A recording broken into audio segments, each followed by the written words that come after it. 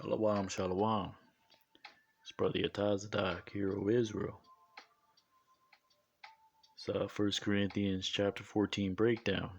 Giving all honor and glory to Yahweh Bashim Yahushai, Bashim Rukakodash. And giving the double honors to the elders and apostles of Great Millstone who teach the truth in sincerity and let's get right into it. This is 1 Corinthians chapter 14 and verse 1. And it reads,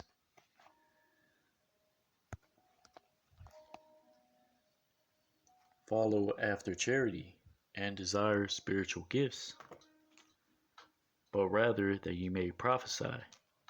So, like Paul said at the end of chapter 13,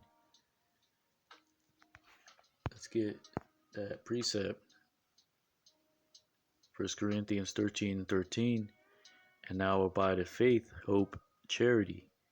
These three, but the greatest of these is charity. So the point is to follow after charity. With that, you will show that your faith and your hope through desiring the spiritual gift of the many spiritual gifts, whether they be tongues, prophesying, or exhortation. But like it says in chapter 14 and verse 1, but rather that you may prophesy, because with that you're showing your faith and your hope, and that's that charity you're using through prophesying and edifying the body. Verse 2, for he that speaketh in an unknown tongue speaketh not unto men, but unto the Most High.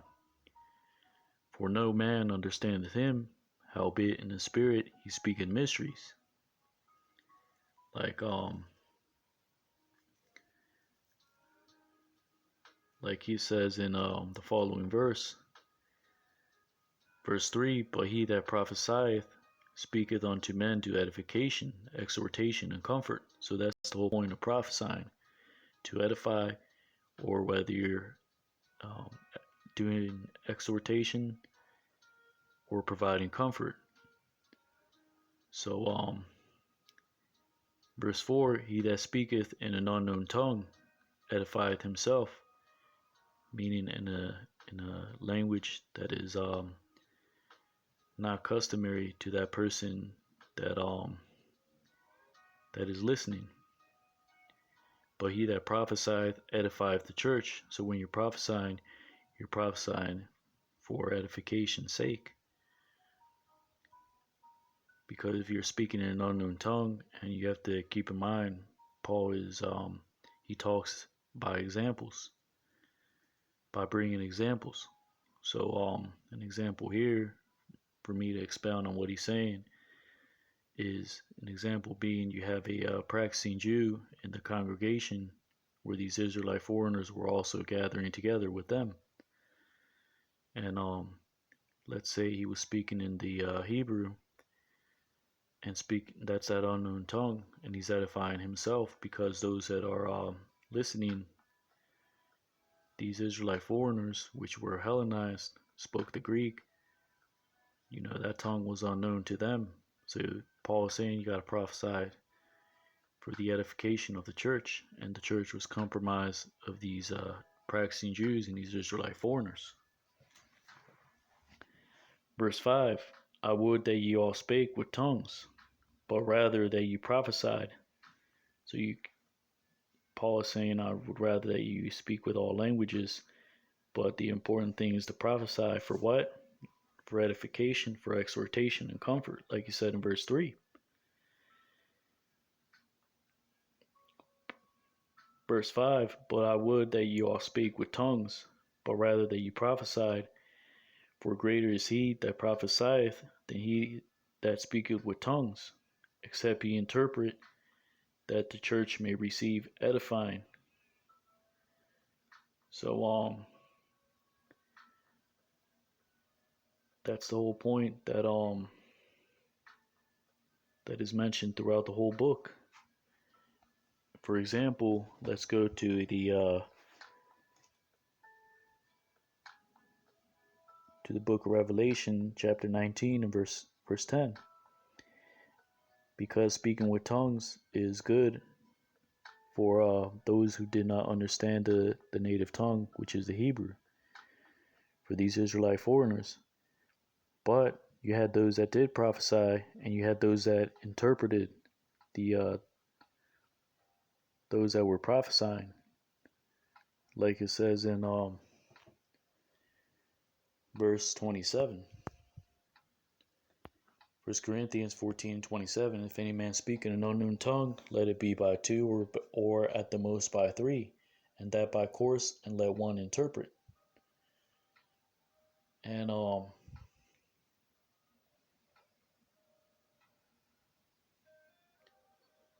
so that was the order that Paul was saying, the ordinances that he was given to these, not just those at Corinth, but these various churches. Verse 28. But if there be no interpreter, let him keep silence in the church, and let him speak to himself and to God. So you had those that spoke in tongues in different languages, and you had those that interpreted. Now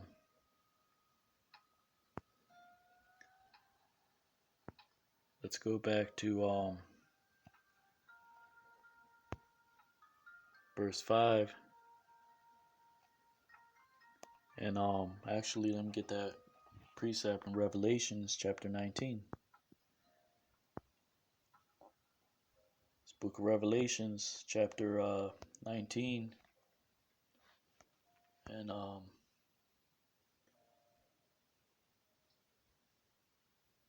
verse 9. And he saith unto me, right blessed are they which are called unto the marriage supper of the Lamb. And he saith unto me, these are the true sayings of the Most High. Verse 10. And I fell at his feet to worship him. And he said unto me, see thou do it not. I am thy fellow servant, and of thy brethren that have the testimony of Yahushai.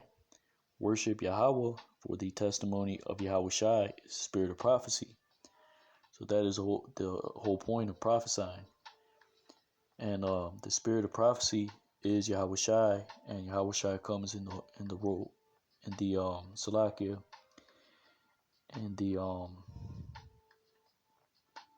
he comes in the he is the word. So he comes in the whole. You have to prophesy about the whole role, which is the whole point. And Yahushua Mashiach, he comes in the volume of the book. That's that spirit of prophecy.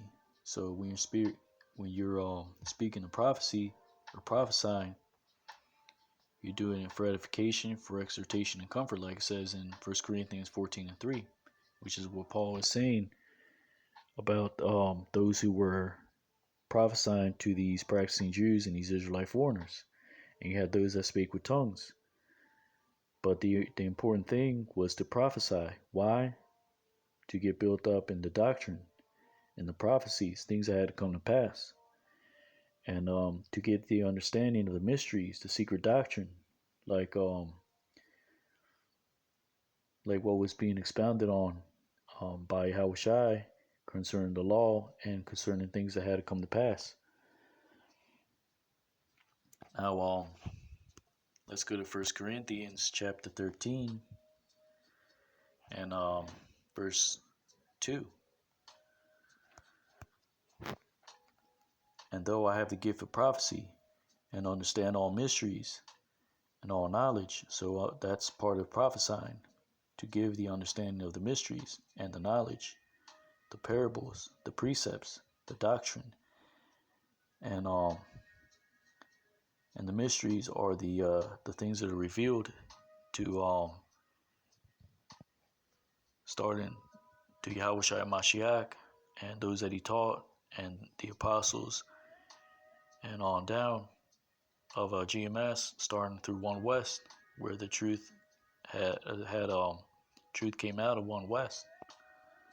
So the point here is that these are the things that are part of prophesying, which is that is the spirit of Yahushua Mashiach, and he comes in the volume of the book. So when you're prophesying, not only are you building up on the law and the prophets, but you're building on the things that Yahushua Mashiach taught, and the things that these are the things that Paul is expounding on.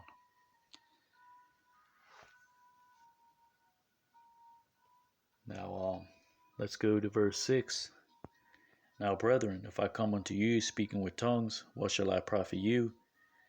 Except I shall speak to you either by revelation, or by knowledge, or by prophesying, or by doctrine.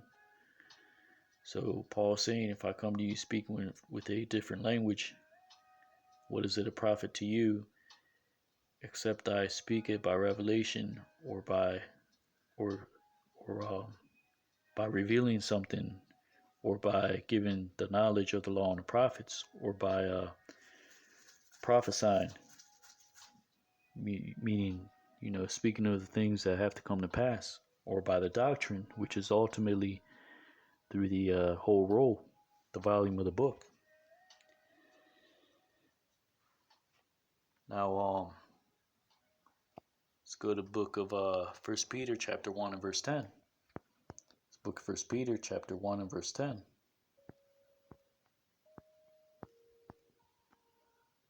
And it reads, of which salvation the prophets have inquired and searched diligently, who prophesied of the grace that should come unto you, searching what manner of time the spirit of Hamashiach was in them, did signify, when it testified beforehand the sufferings of Hamashiach, and the glory that should follow. So this is that spirit that the prophets were prophesying by, which is the spirit of Hamashiach, which is the spirit of prophecy, spirit of Yahushai. And that's in the volume of the whole book.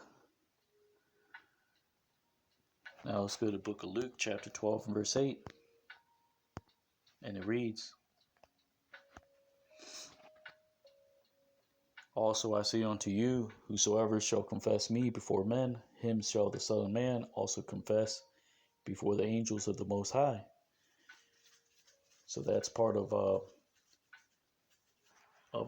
coming in that spirit of prophecy, and this is why Paul is making the point that to prophesy is more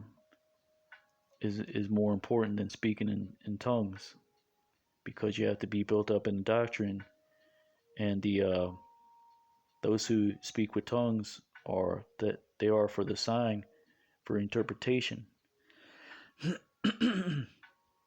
So there are those who have the different ministrations. Some prophesy. There are some that interpret, because that's what it says in 1 Corinthians. 1 Corinthians 14 and 22. Wherefore tongues are for a sign, not to them that believe, but to them that believe not. And those that believe not were these Israelite foreigners. And the tongues were a sign. Why? Because, for example, Paul spoke the Greek and the Hebrew. So the sign was for Paul to expound onto these Israelite foreigners, those that did not believe and were coming into the fold, getting built up, and on the doctrine, and explaining the things that these, for example, these practicing Jews that were in these congregations, that they knew through the law and the prophets. And you had those that prophesied, that taught the doctrine, and you had those that used the tongues for an interpretation of the things that were being taught in these various churches. And it reads, but prophesying serveth not for them that believe not, but for them which believe. Because after they were brought into the fold and built up, the prophesying was to constantly give them the accounts and build them up. Whether it had to do with edifying or exhortation or comfort, like it says in verse 3. 1 Corinthians 14 and 6. Now, brethren, if I come unto you speaking with tongues, what shall I profit you, except I shall speak to you either by revelation, or by knowledge, or by prophesying, or by doctrine? So the tongues are for interpreting and speaking by revelation, knowledge, or prophesying, and that doctrine was being done through the prophesying, the edifying, and the tongues were for the interpretation, to expound on what was being taught, mainly to these Israelite foreigners. Verse 7, and even things without life giving sound, whether pipe or harp, except they give its distinction in the sounds, how shall it be known what is piped or harped? Right, because you have a distinction of languages, you have distinction of sounds. But the point here is that when you're expounding on these things, you have to give a distinction on what is being taught. Like it says in the book of Habakkuk, Salakia, see if I can get that precept. Chapter 2 and verse 2. And the Lord answered me and said, write the vision and make it plain upon tables, that he may run that readeth it. So you got to make it plain upon tables. And that's part of prophesying and part of the simplicity in Hamashiach Yahushai. When you're coming in a spirit of prophecy, you're coming in and making it plain. And like it says in, see if I can get this precept. Salakia, bear with me.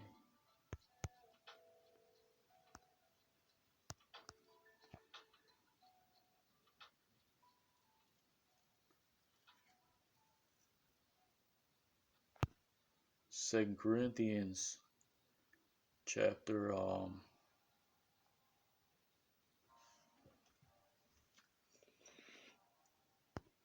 Salakia, bear with me.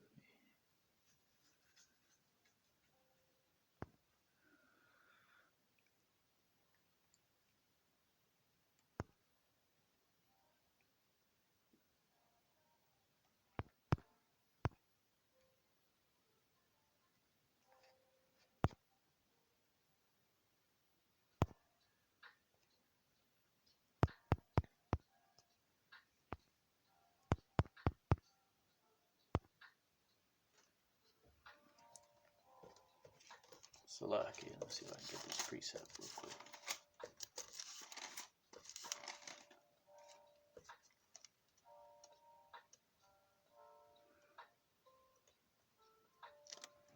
This is 2 Corinthians chapter 11.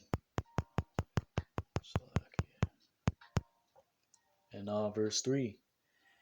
But I fear lest by any means, as the serpent beguiled Eve through his subtlety, so your mind should be corrupted from the simplicity that is in Hamashiach.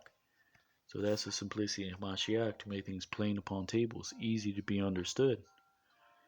And like Paul was teaching and giving these ordinances to the those of Corinth, that you have to give a certain distinction on what is being said, whether you're prophesying or whether one is interpreting through that through the various languages.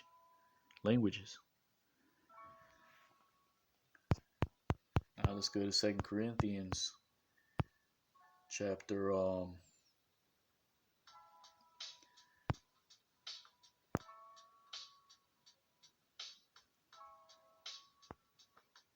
2 Corinthians chapter 3 and verse 12. Seeing then that we have such hope, we use great plainness of speech. So that's part of giving that distinction, giving that plainness of speech. Because you can do that through the precepts. You just bring out the precepts, you hit the point, and you keep it moving. Like the Apostle Tahar said in his previous video. But also, let's bring out the 2 Corinthians chapter 4 and verse 2. But have renounced the hidden things of dishonesty, not walking of craftiness, nor handling the word of Yahweh deceitfully, but by manifestation of the truth, commending ourselves to every man's conscience in the sight of the Most High. Because, again, you have to use that great plainness of speech, that distinction, and that's part of giving that distinction that Paul is saying. And not using words, not being double-minded with your words. And that's how you know ultimately the spirit of truth and the spirit of error.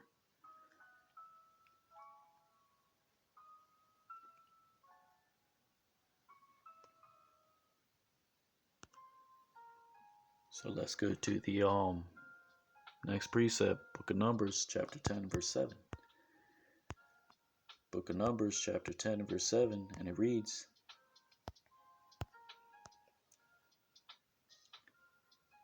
But when the congregation is to be gathered together, you shall blow, but you shall not sound an alarm. And this goes into blowing the trumpet. When the congregation is to be gathered, you blow the trumpet for the gathering of the congregation. But when you're blowing the alarm, like it says in verse 9, if you go to war in your land against the enemy that oppresseth you, then you shall blow an alarm with the trumpets. And that's going into the distinction of the sound, because when you blow the trumpet to gather the congregation, you're just blowing it in one single go. But when you're sounding an alarm, you're blowing the trumpet multiple times. And this is part of what the example that Paul gives. And pull up that precept, 1 Corinthians 14 and verse 7. And even things without life giving sound, whether pipe or harp, except they give a distinction in the sounds, how shall it be known what is piped or harped? So verse 8, for if the trumpet give an uncertain sound, who shall prepare himself to the battle? So unless you give that distinction in the sound and the language, then you get an understanding of what's going on. Verse 9, so likewise ye, except ye utter by the tongue words easy to be understood, how shall it be known what is spoken? For ye shall speak unto the air. And that goes into these different ministrations that Paul is going into, whether one is prophesying, whether one is speaking an unknown tongue, and another has to interpret what is being spoken. And so there's those that prophesy, and there are those that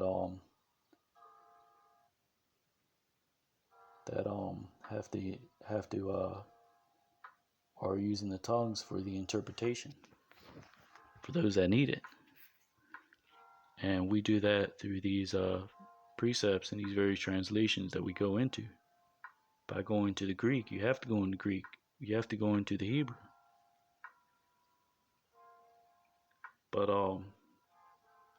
the point here is that Paul is saying, if you're speaking in unknown tongue to the congregation, you gotta have somebody interpret. And if you're prophesying, you do it with plainness of speech, because you have to edify and the congregation, whether you're going into prophecy, whether you're going into the foreign language, which is the Hebrew, because the Hebrew was a foreign language to these Israelite foreigners who were Hellenized, starting with the Hellenization of the Rome of the throughout Rome, but starting with the known world by Alexander the Great.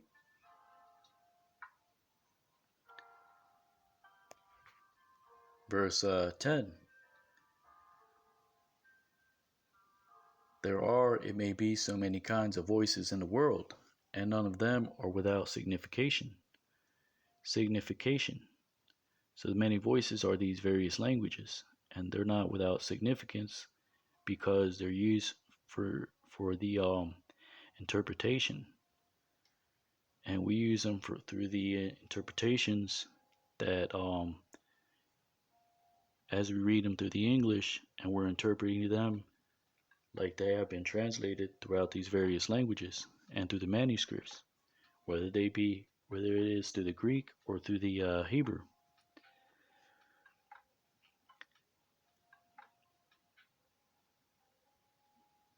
Verse 11. Therefore, if I know not the meaning of the voice, I shall be unto him that speaketh a barbarian, and he that speaketh shall be a barbarian unto me. So let's go get a precept for that in the book of Romans, chapter 1 and verse 14. It's book of Romans, chapter 1 and verse 14. I am debtor both to the Greeks and to the barbarians, both to the wise and to the unwise.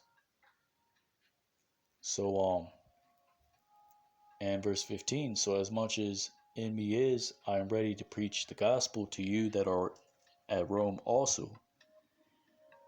So this is why he says in verse 16, for I am not ashamed of the gospel of Hamashiach, for it is the power of the Most High, Yahweh, unto salvation, to everyone that believeth, to the Jew first, and also to the Greek.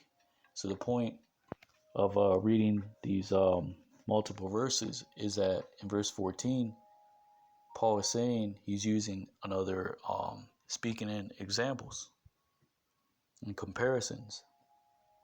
And look up the word hyperbole. It's basically you're exaggerating to prove a point. So he says, I am debtor both to the Greeks and to the barbarians, because you have to keep in mind these letters are written to two different mindsets, whether you were a practicing Jew or an Israelite foreigner gathering in these various congregations. So you had different understandings to what certain words meant. Because if you go into the etymology of barbarian just means a foreigner, and if you go into the Greek, it's barbaros, which just means foreigner, one who does not speak the Greek or the Latin. And these Jews were considered, those that weren't Hellenized, they were considered barbarians because their mode of language, and even if you're well versed in the Hebrew, you understand that most of these Semitic languages have the same you're using the same pronunciations over and over. You know, whether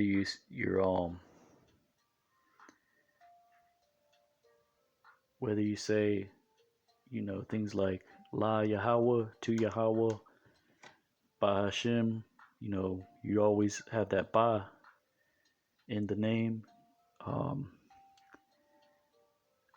Yahweh Shai,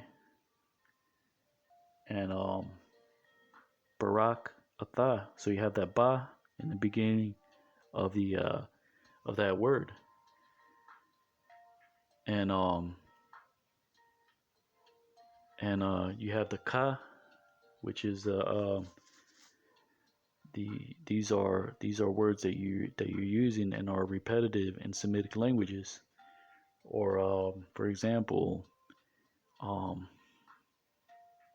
Yahweh Wah, Yahweh Shai, you have the Wah that is used a lot. So that's where you get the barbaros, because the way even the language is spoken, it sounds barbaric because it's not as smooth as something like English or Greek, which is a smooth language. But the Hebrew and the Semitic languages are you have a lot of repetition in the pronunciation. Whether you're saying things like Allah Yanawa, you have the Nawa, which means Allah means God, Nawa means our God, um, Abba Yanawa, God of our fathers, the Abba Yah Nawa, our fathers. So these are repetitive pronunciations that these a language like the Hebrew has. So this is why the those Jews that were not Hellenized, they were called barbarians. That's where that terminology comes from. And even the wording of the if you're Salaki, the pronunciation of the barbarian in Greek, barbaros, which was a sort of a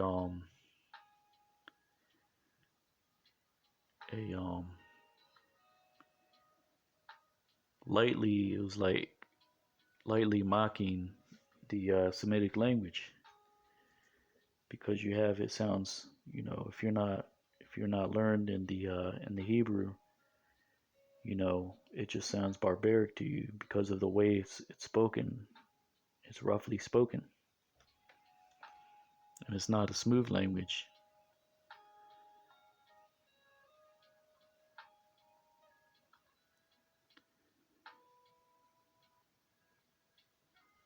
But this is why Romans 1:14. When you're reading it, you got to read it with the with the practicing Jew mindset, because of course, the Greeks were these Hellenized Jews, and the barbarians we're referenced here are the practicing Jews. This is why it says to the wise and to the unwise, because those that were practicing Jewry during this time were considered wise. Why? Because they had the law, the Torah, the law, and the prophets.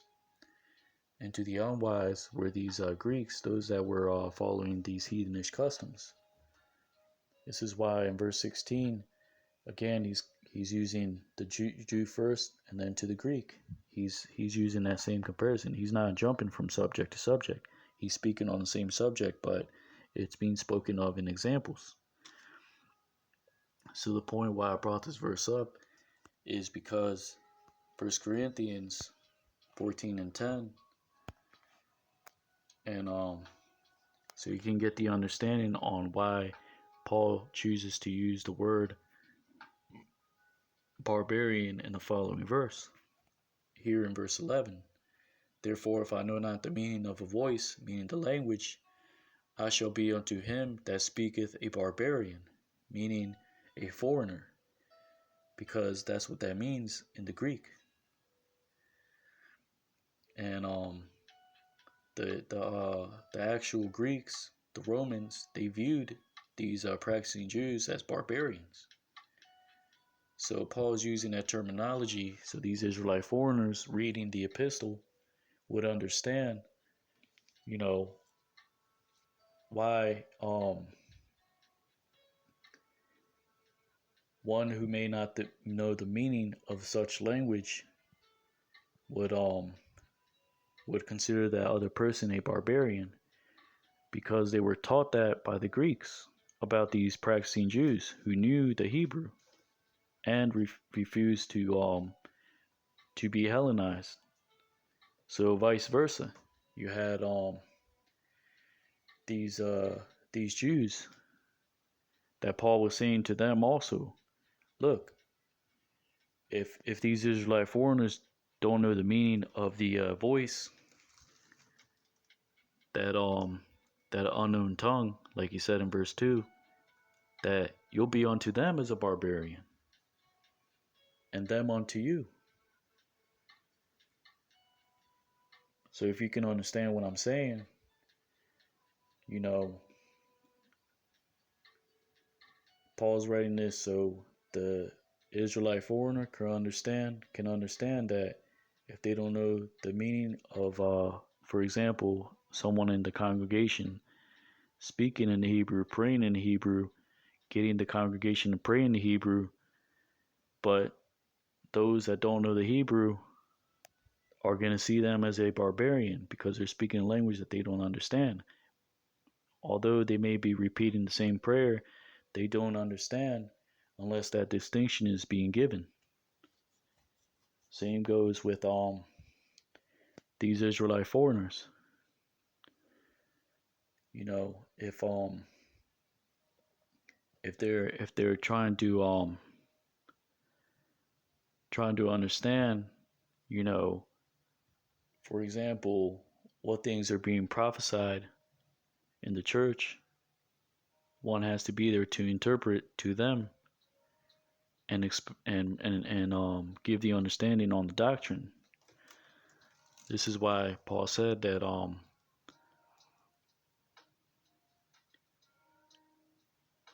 let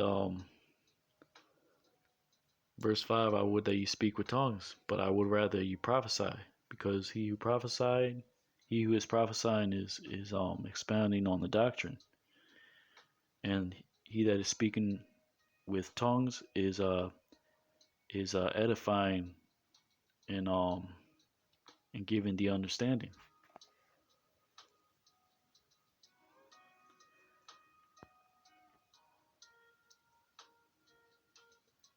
So these words easy to be understood. Again, verse, like it says in let's read on down. Verse 12, even so ye, for as much as ye are zealous of spiritual gifts, seek that you may excel to the edifying of the church. And how do you do that? Verse 13, wherefore let him that speaketh in an unknown tongue pray that he may interpret. For if I pray in an unknown tongue, my spirit prayeth, but my understanding is unfruitful. Because another example that Paul is using. And for me to expound on what Paul is saying, I'm going to use an example. If someone, a practicing Jew, is praying in the Hebrew and is getting this Israelite foreigner, which doesn't know the Hebrew, to pray in the Hebrew, but doesn't explain to him what the prayer means, word by word for edifying,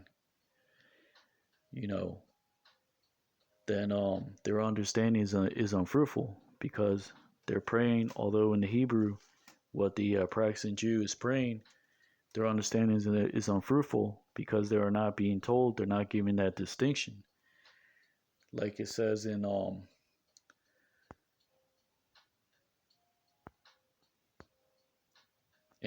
verse 7, except they give the distinction in the sound.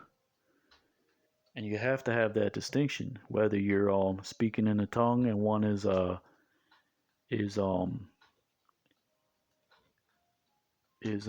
translating or giving the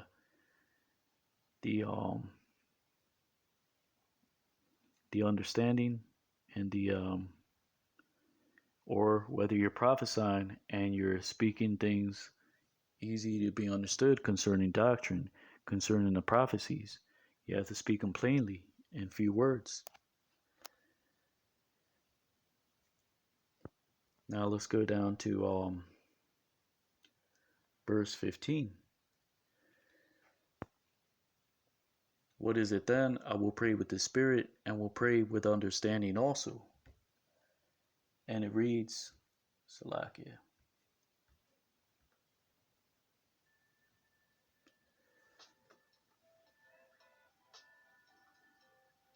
What is it then? I will pray with the Spirit, and we'll pray with understanding also. So Paul is saying that, for example, what I'm going to expound on this verse is that this practicing Jew that is praying in the Hebrew, praying with the congregation where these Israelite foreigners are present, and they're also praying in the Hebrew, but they don't understand what they're saying, and they're not given the distinction on what is being said or being taught, you know, what are the things that they are saying. Same thing today. This is how you get the understanding, and you have to go into the Hebrew, you have to go into the Greek. And this is why Paul says in verse 15, what is it then? I will pray with the Spirit and with the understanding. Same thing today. Like it says in the prologue to Book of Sirach, that the words in the Hebrew have more force. So this proves that not only Paul was going into the those who spoke in different languages and those who translated, but it was also this is also in this chapter Paul is going into those that are prophesying, giving the distinction, meaning they're given the breakdown on the doctrine that is being taught, like it says in verse 6. By revelation, by knowledge, by prophesying, or by doctrine. This is how you give that distinction, and you make it plain, easy to be understood, whether you're prophesying or whether you're speaking in an unknown tongue. Verse verse 16. Else when thou shalt bless with the Spirit, how shall he that occupieth the room of the unlearned say Amen at the giving of thanks, seeing he understandeth not what thou sayest? So Paul is saying this is a true charity.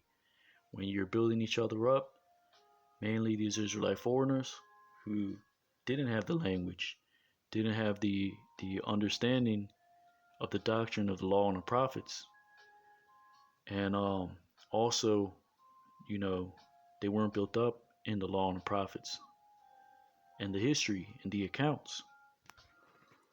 So this is why, you know, it's important to make it plain whether, you know, you're going into the Hebrew, going into the Greek.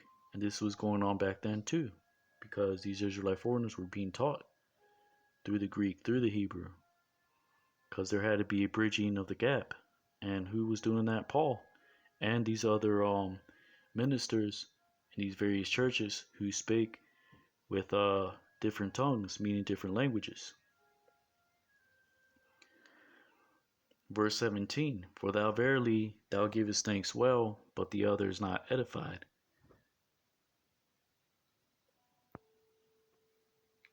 Verse 18, I thank my God I speak with tongues more than you all. And this is Paul saying that he speaks with different languages because he spoke the Greek, he spoke the Hebrew. And no doubt that you had other ministers that spoke the Greek, spoke the Hebrew.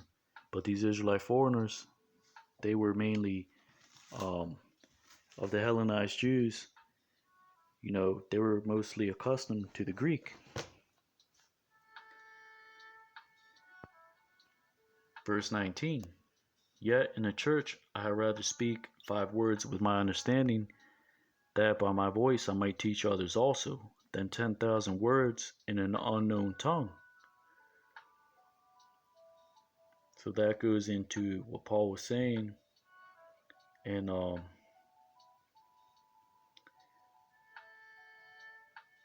verse 9, to make the words easy to be understood.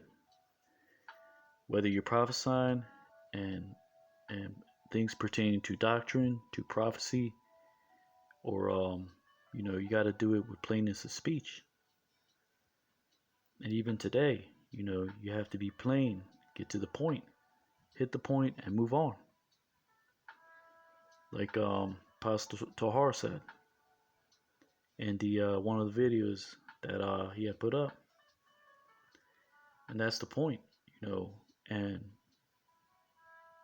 Paul was not speaking things on his own behalf. He was speaking to the things that Yahweh Shai Mashiach taught because he was around Peter, he was around James. So he got the understanding, and also through Yahweh Shai. You got to remember, Paul was a son of a Pharisee, so he was well learned in the law and the prophets.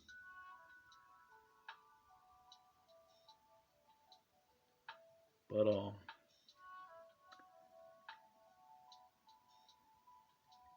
so the point Paul is saying, rather speak few words to give the understanding with words easy to be understood. And if you go into the history, the epistles, they weren't written in regular Greek. They were written in simple Greek to make the words easy to be understood.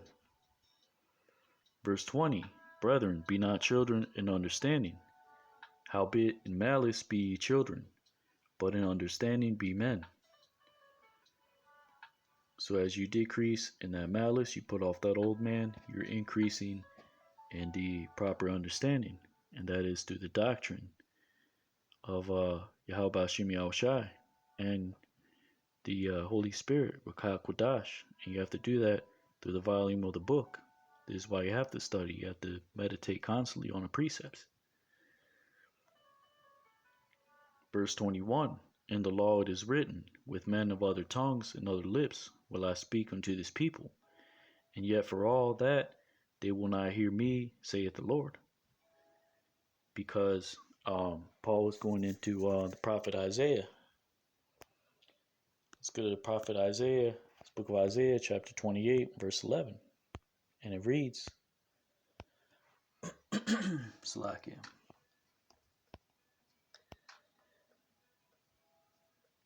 For with stammering lips and another tongue will he speak to his people.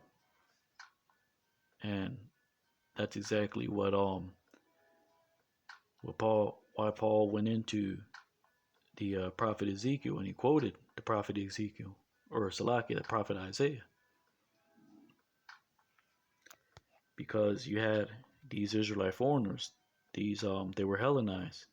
So there had to be a bridging of the languages, bridging of the gap. And they had to be reintroduced, back into the Hebrew, back into the doctrine, back into the history, into the accounts of the law and the Torah and the law and the prophets. And they had to be built up constantly. This is why constantly Paul is quoting the law, quoting the prophets, Yahweh Shai Mashiach. Although he didn't go to the Israelite foreigners, his doctrine was built upon the law and the prophets. You see, all things go back to the first oracles of the Yahweh Bashim Yahushai, which is going into the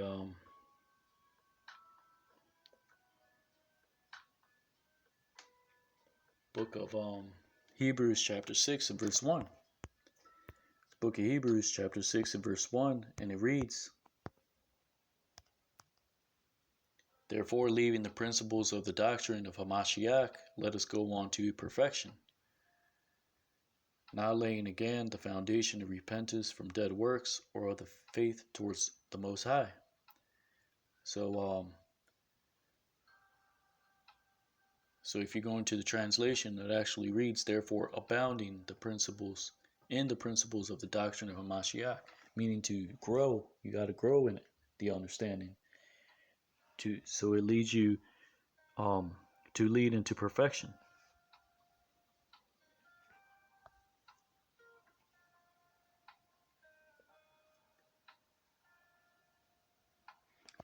Now let's go to 1 Corinthians chapter 14 and verse 22. And it reads,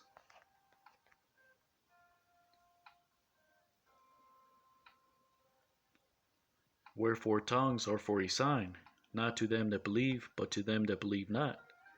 But prophesying serveth not for them that believe not, but for them which believe. Because again, this was spoken of by the prophet Isaiah. With other tongues will he speak to his people. and even today through these various translations, going into the Greek, going into the Hebrew, and also during the times of the Greeks and the Romans. See, you got to understand the things that are written in the epistles. You can't take things literal and take them as pertaining to today. Not all things are pertain to today's time. Some things pertain to the actual times of the Romans and the Greeks, and to these actual practicing Jews and Israelite foreigners in these various congregations. Not all things apply to today. You got to understand and separate the two things. There's an understanding given to us, written for our understanding, for us to apply today, and some things were written for their understanding, those back then, because things were the situation and the ordinances were, some things were just written and pertaining to a certain time and to the time of the Romans and the Greeks. So you have to understand what verse 22 says, because that's a key point that Paul makes. He says, wherefore tongues are for a sign. For a sign, why? Because prophet Isaiah said, with other tongues will he speak to his people. Because you had Paul, he spoke the Greek. And it says, not for them that believe, but to them that believe not. Those that did not believe, first and foremost, were these Israelite foreigners. Therefore, the tongues were used for that purpose, to bring them back into the fold, and to introduce them back to the understanding of the principles of the doctrine of the accounts and the prophecies.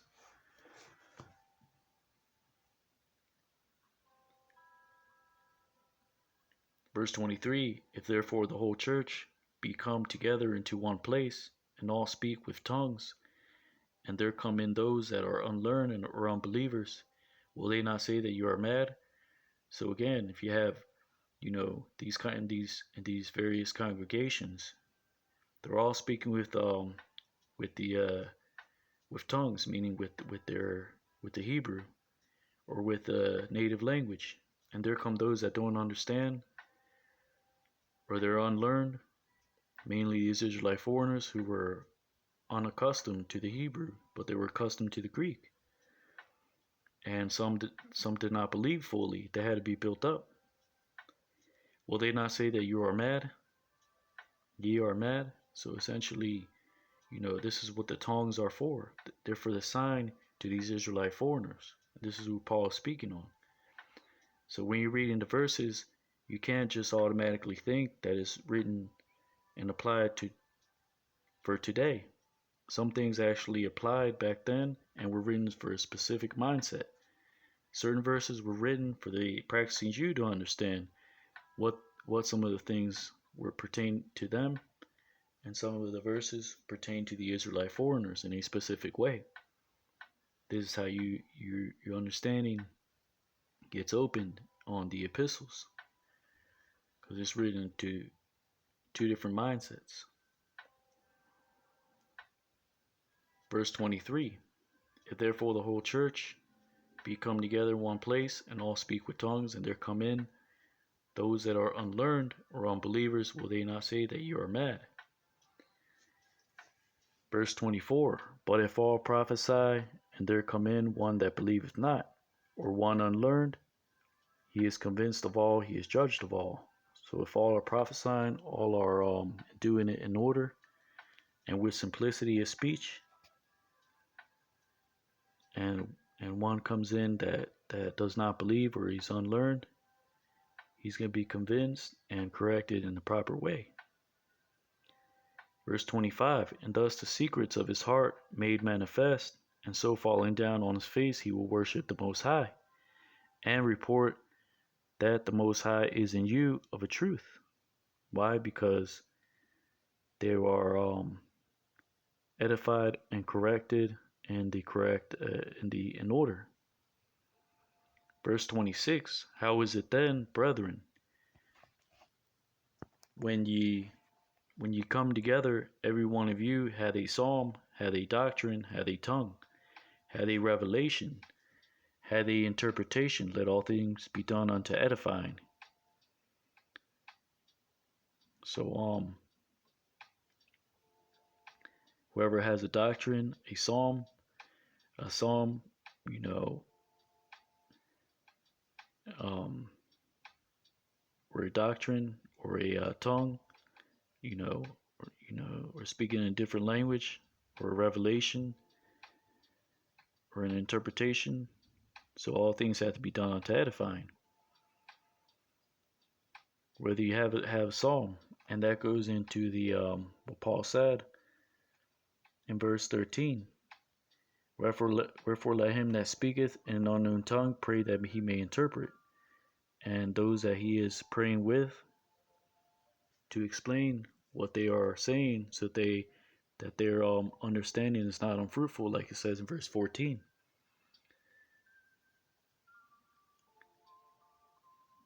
Have a doctrine, and that goes into prophesying and for edification, building up on the doctrine. You do that through the law and through the prophets. That's how Yahushua Mashiach taught. This is how Paul is teaching in these epistles, by quoting the law and the prophets. And it says, have the tongue, because with the tongue, with the various language, you're given the distinction and on what is being said. For example, you're in a congregation, and let's go back to the time of the Romans and the Greeks. You're in a congregation. You have an Israelite foreigner. He comes to the congregation, and he doesn't fully understand or is accustomed to the Hebrew, but speaks the Greek and is asking in the Greek what the things mean. So you have to have somebody that has the tongue to give that word easy to be understood, like it says in verse 9. And he that has the revelation, like it says in verse 26, concerning the prophecies, or an interpretation, whether things that are interpreting things pertaining to prophecy, it has to be unto edification. Or interpreting, let's say, a parable, a revelation, or the revelation being any prophecy. Verse 27, if any man speak in an unknown tongue, let it be by two, at the most by three, and that by course, and let one interpret. So you have to especially meditate on this chapter, because Paul is proving his points, but also revisiting his points. So if any man speaks in a tongue, let it be two or three at a time, and by order, and let one of them interpret. Verse 23, but if there be no interpreter, let him keep silence in the church. So Paul is saying, unlike the so-called religion will teach you that blah, blah, blah, blabbering, that's speaking in tongues. But Paul is saying, if there's no interpreter, let him shut the hell up. Excuse my my French. And let him speak to himself and to the Most High. Verse 29. Let the prophets speak two or three, and let the other judge. Because you had to have prophets, speak in these congregations, and you had to let the other prophets, those that were learned, judge or correct. Which is why you have certain of these camps that go off. You have to correct them, in righteousness. You have to do that, righteous rebuke, because we all have to be speaking the same thing. Like it says in Isaiah chapter 52 verse 8, and I brought out in the previous video. We all have to speak the same thing. Verse 30, if anything be revealed to another that sitteth by, let the first hold his peace.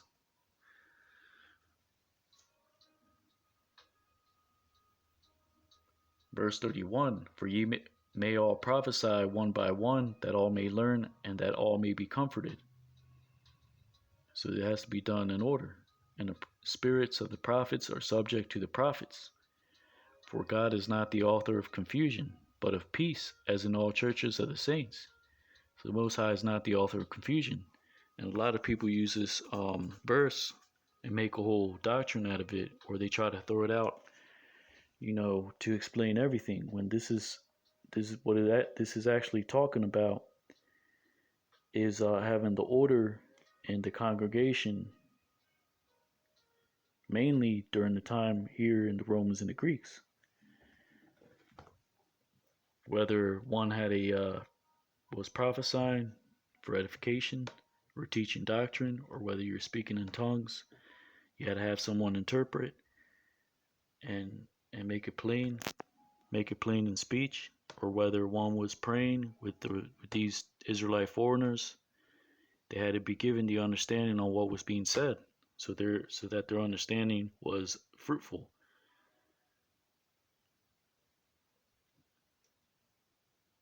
Instead of without fruit, like it says in verse 14.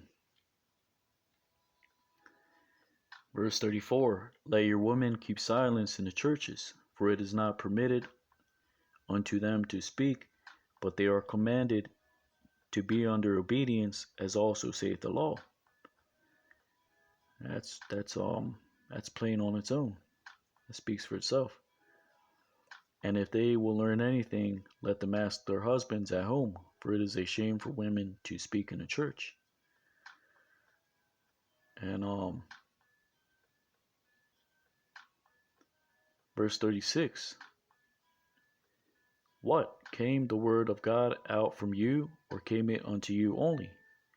If any man think himself to be a prophet or spiritual, let him acknowledge that the things that I write unto you are the commandments of the Lord. So again, the point that Paul was saying in verse 35 and on, verse 34 and on down, is that these are things that pertain to the law, and you have to know the law, because if you know the law, you have that order. You have that order, then you're going to do things righteously, and that's how you're properly building up the body, and that's that charity that you should follow after, which is what Paul is saying to those at the church of Corinth. See, you have to acknowledge the doctrine, the law, the prophets, things that Yahushua Mashiach taught, and you have to line them all up together to get the proper understanding. Verse 35, and if they will learn anything, let them ask their husbands at home, for it is a shame for women to speak in the church. But you have to have that order. What, came the word of God from you, or came it unto you only? So you have to understand that it didn't come out the word of these different ministers and teachers. It came from the Most High. And like it says in verse 37, let him acknowledge the commandments of the Most High, if he considers himself to be spiritual or a prophet. Verse 38, but if any man be ignorant, let him be ignorant. Wherefore, brethren, covet to prophesy, and forbid not to speak with tongues. Let all things be done decently and in order. Right, because when you're doing that in order, you're doing it as it is written, and ultimately it's you go with what's being taught, but you also search the things that the doctrine that is given, and you verify it through the scriptures, and you do that through meditation, through studying, through praying, through fasting. The power spirit of Yahweh Hashem Yahushai, and the Holy Spirit, the Rakah Kodash, it's got to sup with you, so you have that understanding, and you do that through diligence, through growing, abounding in this thing. But this is 1 Corinthians chapter 14 breakdown. Hero Israel. So Yatazadak, giving honor and glory to Yahweh Bashim Yahushai, Bashir Mukakwadash, say Shalawam, Abba Babal. Till next time.